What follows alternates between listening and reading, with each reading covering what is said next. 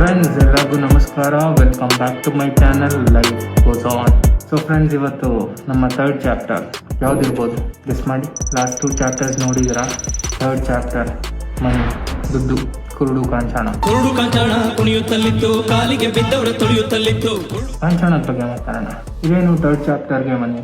Friends, ನಾನು ನೋಡಿದ ಪ್ರಕಾರ ನಮ್ಮ ಜೀವನದಲ್ಲಿ ಕಷ್ಟ ಆಗಲಿ, ಸುಖ ಆಗಲಿ, ನೆಮ್ಮದಿ ಆಗಲಿ ಎಲ್ಲನೂ ದುಡ್ಡಿಂದನೇ ಸಿಗಬಹುದು, ಸಿಗದೇನೂ ಇರ್ಬೋದು, ನನಗೆ ಗೊತ್ತಿಲ್ಲ. ನನಗನ್ಸ್ತಾ ಇರೋ ಪ್ರಕಾರ ಸಿಗ್ಬೋದೇನೋಪ್ಪ. ಬಿಕಾಸ್ ಯಾವುದೇ ಕಡೆ ಹೋಗಿ, ಎಲ್ಲಿಗೆ ಹೋಗಿ ದುಡ್ಡಿಗೆ ಬಂದಿಲ್ಲತ್ತ. ಇವಾಗ ಒಬ್ಬ ಮನುಷ್ಯನಿಗೆ ಊಟ ಇಲ್ಲ ಅಂದರೆ ಅವನ ಹತ್ರ ದುಡ್ಡು ಇದ್ದಿದ್ರೆ ಅವನು ಊಟ ಮಾಡ್ತಿದ್ದ. ಒಬ್ಬನಿಗೆ ಬಟ್ಟೆ ಹಾಕೊಳ್ಳೋಕ್ಕಿಲ್ಲ ಅಂದರೆ ಅವನ ಹತ್ರ ದುಡ್ಡು ಇದ್ದಿದ್ರೆ ಅವ್ನು ಬಟ್ಟೆ ಹಾಕೊಳ್ತಿದ್ದ. ಮೊದಲು ದುಡ್ಡು ಅಂದರೆ ಏನಂತ ತಿಳ್ಕೊಳ್ಳೋಣ. ನಾವು ಕೆಲವು 1000 ವರ್ಷಗಳ ಹಿಂದೆ ದುಡ್ಡು ಅನ್ನೋದಿರಲಿಲ್ಲ. ಜನರು ಬಾಟಲ್ ಸಿಸ್ಟಮ್ ಮಾಡ್ತಿದ್ರು.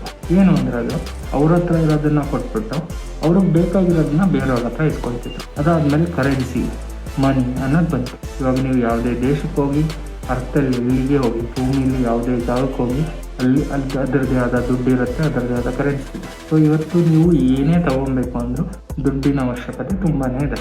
ಸೊ ನಾರ್ಮಲಿ ನಮ್ಮ ಸೊಸೈಟಿಲಿ ದುಡ್ಡನ್ನ ಯಾವ ಥರ ಟ್ರೀಟ್ ಮಾಡಿ, ನಾನು ನೋಡಿರೋ ಪ್ರಕಾರ ನಾನು ಮಾತಾಡ್ತೀನಿ. ಕೆಲವರಿಗೆ ದುಡ್ಡೇ ಇಲ್ಲ ಹಂಗಂದ್ಬಿಟ್ಟು, ಇನ್ನು ಕೆಲವರಿಗೆ ದುಡ್ಡು ಬೇಕಾಗೇ ಇಲ್ವಾ, ಇಲ್ಲ ಅವ್ರು ಸುಮ್ಮನೆ ಬಾಯಿ ಮಾತಿಗೆ ನನಗೆ ದುಡ್ಡು ಬೇಡ, ನಾನು ಶಾಂತಿ, ನೆಮ್ಮದಿ, ನಾನು ಬೇರೆ ಥರ ಬದುಕ್ತೀನಿ ಅಂತ ಹೇಳ್ತಾರ.